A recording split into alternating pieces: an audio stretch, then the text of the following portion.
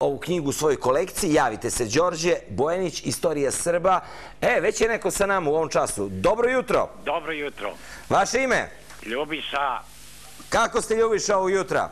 Pa da kažem dobro, malo smurno zbog vašeg neispunjenja što ste obećali zgradi Juliji, ali to nećemo sada, pred Novu godinu. Ali priča nije završena. Znam. Trudit ćemo se. Čeka vas knjiga ovde na portirnici naše televizije. Dobro, ali želim još nešto. Samo izvolite. Želim da Bobana Zdravkovića pozdravi njegov stari prijatelj Ljubiša iz pozorišta Lutaka. I da vam kaže kako je počeo da peva i zahvaljujući kome. Jel' tako? Tako. Pa baš lepo. Pozdravit ćemo ga, čuje on pozdrave i družit ćemo se mi sa Bobanom do 10 sati. Pa dobro, ono je sada.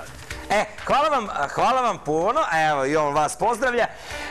Čekamo novo uključenje. Inače, Istorije Srba, profesora istorije Đorđa Bojanića, nastavnika u osnovnoj školi Bubanjski heroji i srednjoj tehničkoj školi 12. februara u Nišu. Knjiga koja na jedan drugačiji način vodi kroz veliku i burnu prošlost našeg naroda uz mnogo zanimljivih do sada nepoznatih podataka, pre svega iz perioda pre i tokom Drugog svetskog rata.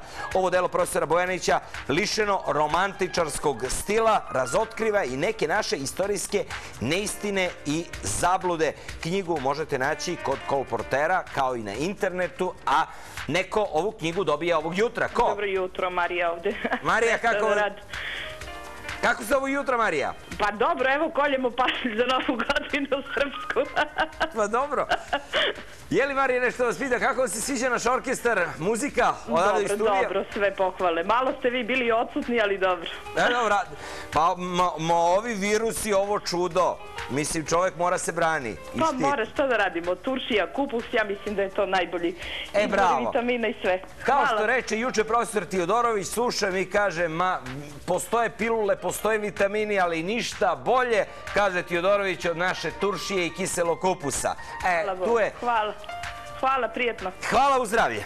Uzdravlje, ajmo sad o dočeku Nove godine. Biće doček i na klizalištu. Doček pravoslavne Nove godine po julijanskom kalendaru možete dočekati i na malo drugačiji način od uobičajenog, mislim, dočeka na trgovima, u kafićima ili onih kućnih varijanti. Klizalište Čair biće otvoreno 13. januara od 22 sata do 1 sat posle ponoći. Tu možete dočekati Srpsku Novu godinu.